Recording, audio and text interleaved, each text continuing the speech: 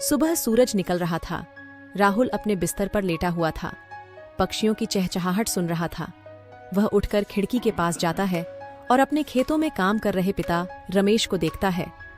सूरज की पहली किरणें रमेश के पसीने से तर चेहरे पर चमक रही थीं। पिताजी कितनी मेहनत करते हैं, कभी थकते नहीं दिखते। उनकी वजह से ही हमारे पास सब कुछ है। शाम का समय था। राहुल रमेश के पास खेत में बैठा था। रमेश उसे खेतों और खेती के बारे में कहानियां सुना रहा था। देख बेटा, ये धरती हमारी माँ की तरह है। इसे प्यार और मेहनत से पोषित करेंगे तो ये हमें भरपूर फल देगी। पिताजी, आप सबसे अच्छे किसान हैं। मैं भी आपकी तरह बनना चाहता हूँ। बेटा, जो काम दिल से किया जाता है उसमें सफलता जरूर मिलती है। रात हो चुकी थी। राहुल और रमेश घर लौट रहे थे।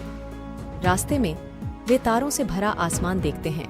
पिताजी, ये चमकते तारे क्या हैं? ये दूर दूर तक फैली कहानियां हैं बेटा। हर तारे की अपनी अलग कहानी है। राहुल बोलता है। एक दिन मैं इन कहानियों को जानने के लिए बहुत दूर जाऊंगा पिताजी। पिता बोलता है। दुनिया बहुत बड़ी है, पर तुम्हारा दिल हमेशा यहीं रहेगा। हमेशा अपने सपनों का पीछा करो, लेकिन अपनी जड़ें मत भूलना। कुछ साल बाद राहुल बड़ा हो चुका होता है। वह शहर में पढ़ रहा है, लेकिन अपने पिता को और गांव को बहुत याद करता है। पिताजी, मुझे आपकी बहुत याद आती है। काश आप यहाँ होते। बेटा, दूरियों से प्यार कम नहीं होता। तुम्हारी सफलता ही मेरी सबसे बड़ी खुशी है। पढ़ाई अच्छे से करो और अपने सपनों को पूरा करो। राहुल अपनी पढ़ाई पूरी कर लेता है और एक सफल वैज्ञानिक बन जाता है। वह वापस गांव आता है और अपने पिता से मिलता है। पिताजी, ये सब आपकी ही बदौलत संभव हुआ है। आपने मुझे हमेशा आगे बढ़ने की प्रेरणा दी। गर्व है मुझे बेटा तुम्हारी सफलता पर। तूने सारे गांव का नाम रोशन किया है। राहुल अपने गांव के विकास में मदद करता है। वह नए नए खेती के तरीके लाता है और शिक्षा के स्तर को बढ़ाने में सहयोग करता है। ये सब मेरे पिता के सपने थे। उन्होंने ही मुझे सिखाया है कि सफलता का असली सुख दूसरों के जीवन में खुशियां लाने में है। रमेश अब बूढ़ा हो चुका है। उसकी तबीयत कमजोर है।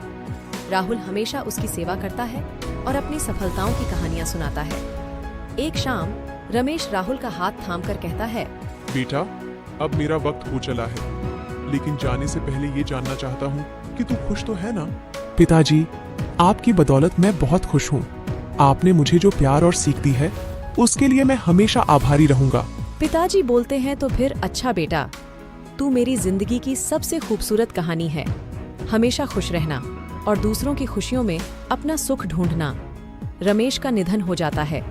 राहुल बहुत दुखी होता है, लेकिन उसके पिता की सीख उसे मजबूत बनाती है।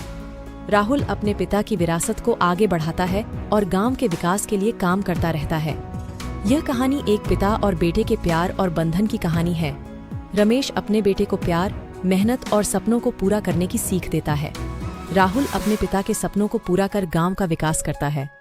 कहानी ये बताती है कि सच्चा प्यार और सफलता दूसरों की खुशियों में है।